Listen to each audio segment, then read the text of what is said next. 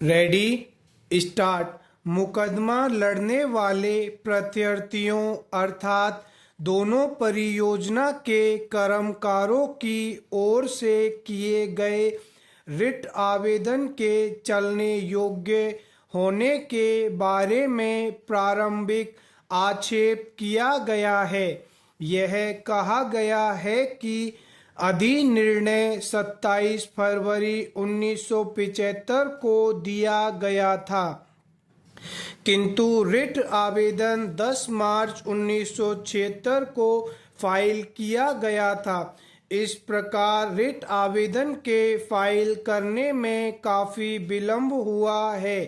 अतएव मामले की परिस्थितियों के अनुसार इस न्यायालय को अधिनिर्णय की परीक्षा करने और उसको अभिखंडित करने की वैकल्पिक विधि का प्रयोग नहीं करना चाहिए।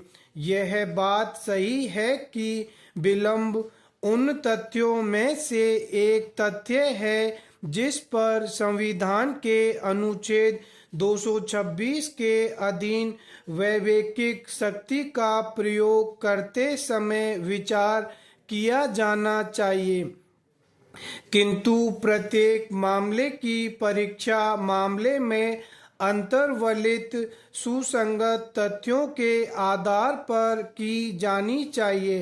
अतएव संविधान के अनुच्छेद 226 के अधीन अधिनिर्णय को चुनौती देने के लिए मात्र विलंब ही पिटिशनर को कमजोर नहीं बना देता है।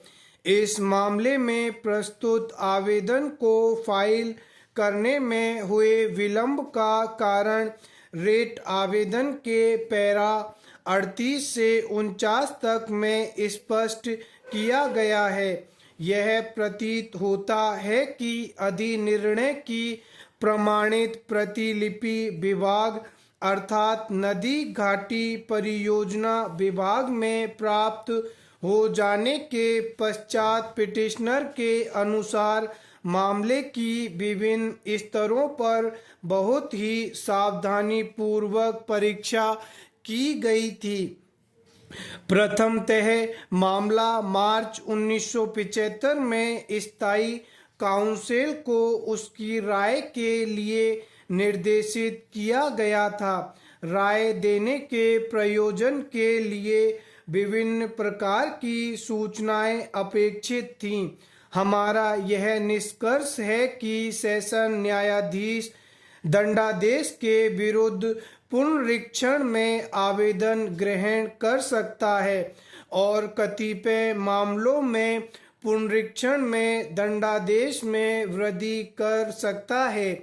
यह बात स्पष्ट है कि इस उपबंध को बनाने से किसी ऐसे प्राइवेट पक्षकार की ओर से दंडादेश की वृद्धि के मामले जो सेशन न्यायालय के अधीनस्थ मजिस्ट्रेट द्वारा पारित दंडादेशों के संबंध में सामान्यतः उच्च न्यायालय में जा सकते थे, अब सेशन न्यायालय में जाएंगे और इसके द्वारा उच्च न्यायालयों में काम की वृद्धि में कमी करने का उद्देश्य भागतः कुछ सीमा तक पूरा हो सकेगा।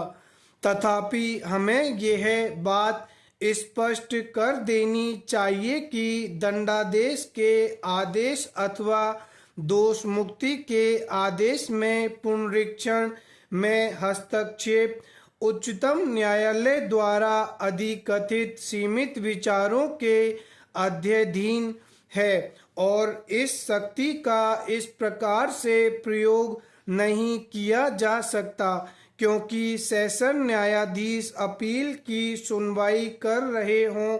इस प्रकार पुनरीक्षण में दंडादेश में वृद्धि के संबंध में वृद्धि केवल तभी की जा सकती है जब न्यायालय का यह समाधान हो गया हो कि विचारण न्यायालय द्वारा अधिरोपित दंडादेश असम्यक रूप से कम है।